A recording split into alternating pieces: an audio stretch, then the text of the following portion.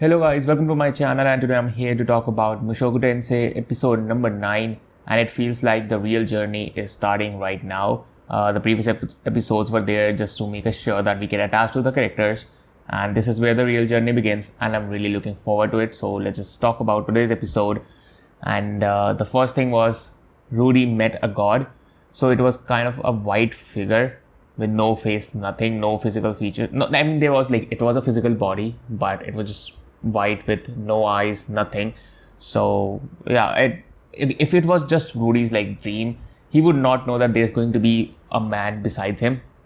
So the god told him that there's gonna be a man beside you. So just trust him, stay with him, and help him, and you'll survive. You will be fine. So that leads me to believe that God exists in that world, but that figure said that he was not the one who reincarnated Rudy.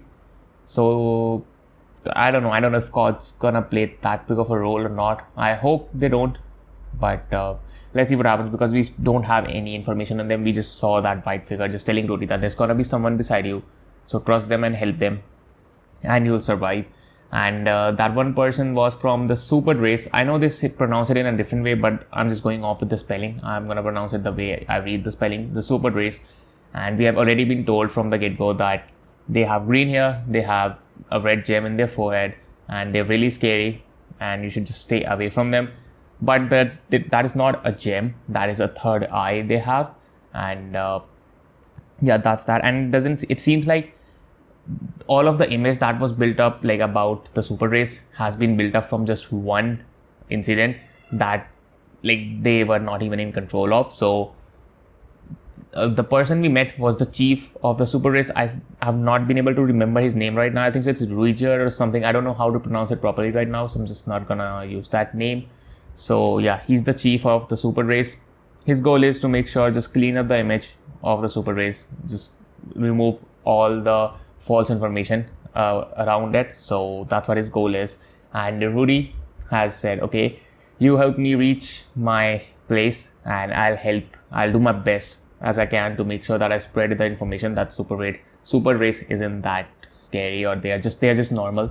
All of the false annotations you have about them they're just false. So yeah, Rudy's deciding to help him. And he genuinely did seem like a really nice guy. So Rudy and Eris both fell from the sky, as we were told. It was some kind of a mana thing that happened.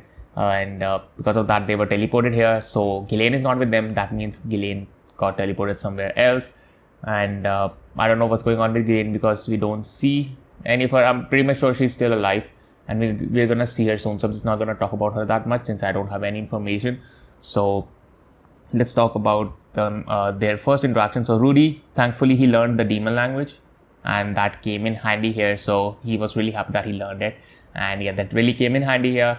So the chief, as I told you, is a really nice person. It seems like he ended up killing his own son, so that's why he just helps kids. Whenever it comes to kids, he cannot just help him. He has to help those kids regardless of anything. And the thing is, the story was that we have been told that they just kill everyone, but that isn't the full story. They were working under Laplace, the god, whoever it is, the hero. They were working under him, and he gave them these spears, which were really powerful. But for some reason, an incident happened where they just lost control of themselves and they started killing everyone, including their siblings, wives, kids, etc. Everyone. So I feel like that's where the chief ended up killing his son, and that's why he's just helping all the kids as he can. And yeah, that was about the chief. He also slayed some kind of a turtle thing, and we're getting to know more about the world. They are in the demon continent, and there is Roxy's village too. They were traveling to their own continent where Rudy and everybody used to live. So in the way they had to pass through a certain village, and that was Roxy's village. And we saw Roxy's parents. They look really young. They look like older siblings of Roxy, but they are her parents. And the race Roxy's from, it starts from M. I don't remember exactly, but their average age is their lifespan is kind of around 200 years. So yeah, they age according to that. So yeah, we saw them, and the reason Rudy was able to convince them that it's Roxy because he first of all had an amulet that Roxy gave. So I feel like that amulet is from her own village. And since he also said Roxy's name without even them telling anything to Rudy, so they believed him.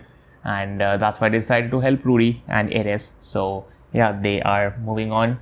And as I said, Rudy decided to help the guy from the Super Race, the chief.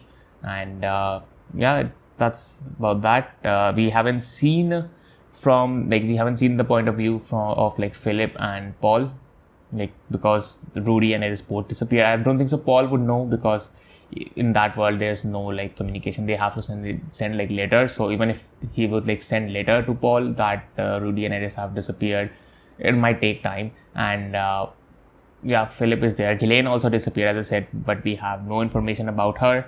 And it seems like the journey is just beginning, and I'm really interested in seeing that.